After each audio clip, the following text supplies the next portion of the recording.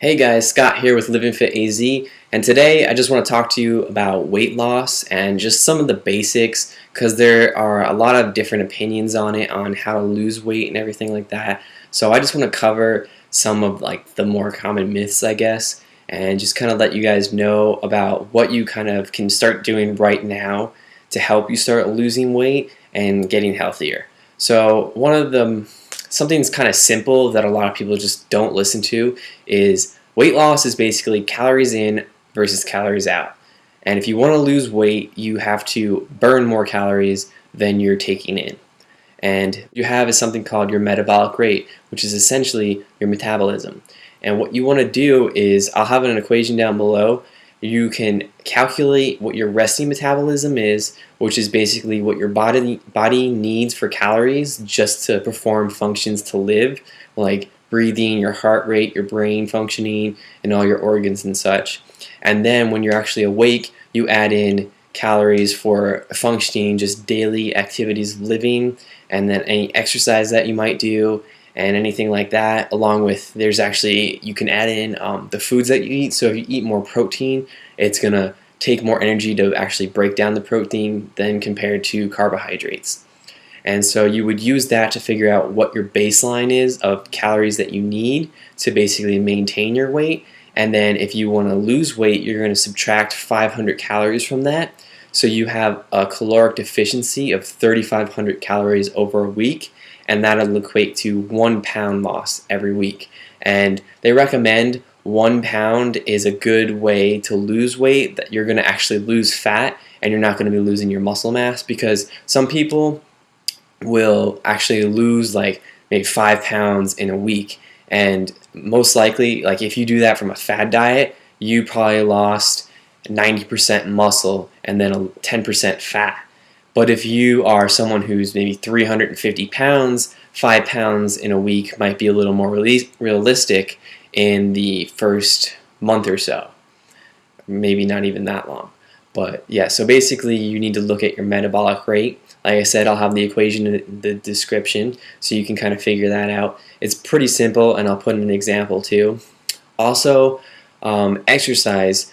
There are a couple ways to do it. Most people just do cardio, and cardio is good and it can help, and it's really good to get your heart in shape. And most people will just hop on the treadmill or elliptical or whatever and just go for 30 plus minutes. And that works somewhat, but you actually have to challenge yourself. When I go to the gym, I see most people just get on the ellipticals especially, and they're just kind of going through the motion. And those are really bad because once you get started, it kind of just goes by itself.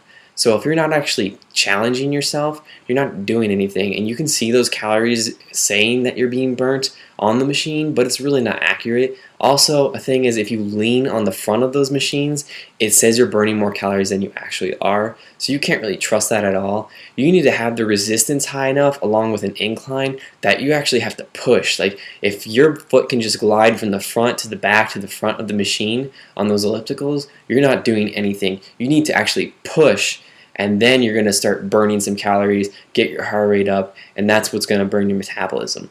Also, HIIT cardio, which I have another video and I'll link in the description, is high intensity interval training, and that's a really good way to burn calories. You can do a shorter amount of time in the cardio and spike your metabolism and keep it spiked for like up to 24 hours. So that's what I personally like to do. I can do it for maybe 20 minutes tops, and I'll get the same effect plus more than if I were to do 60 minutes at a slower pace of cardio.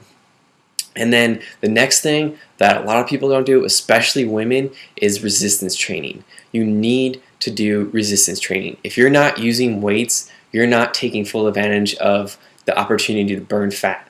Muscle burns fat. Just by having more muscle in your body, you're burning more calories throughout the day. Muscle burns fat. If you look at me and then someone who was identical to me but that didn't lift, I would be burning more calories just sitting here than if they were like standing too. And the more you move in general, the more you're going to burn calories. So a quick little tip is, when you go to work or if you go to the store or something, park far away. It may seem stupid and it's just a couple extra steps, but those steps really can add up and actually help a bit.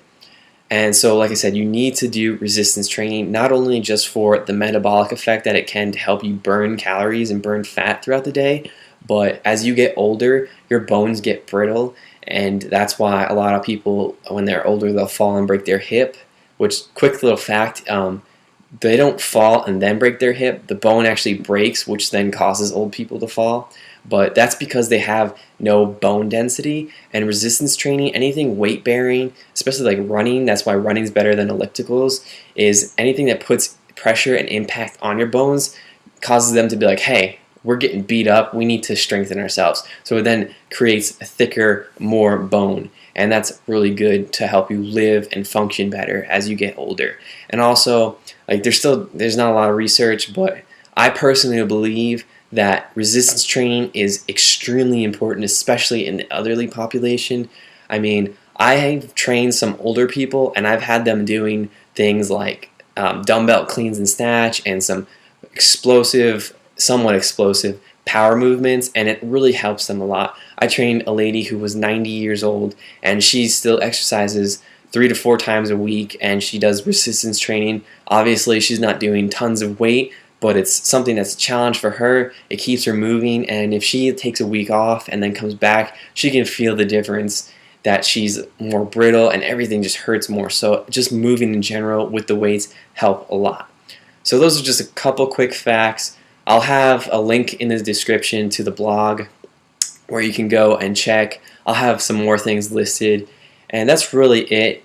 This is kind of a long video, so I'm going to cut it short now. Just subscribe to this channel so you can get more health tips, and stay tuned. I'm going to be posting more videos of me performing workouts and demonstrating some exercises in workouts, so you can take everything that you're learning and actually implement it into your own life, and you can start getting those results that you want.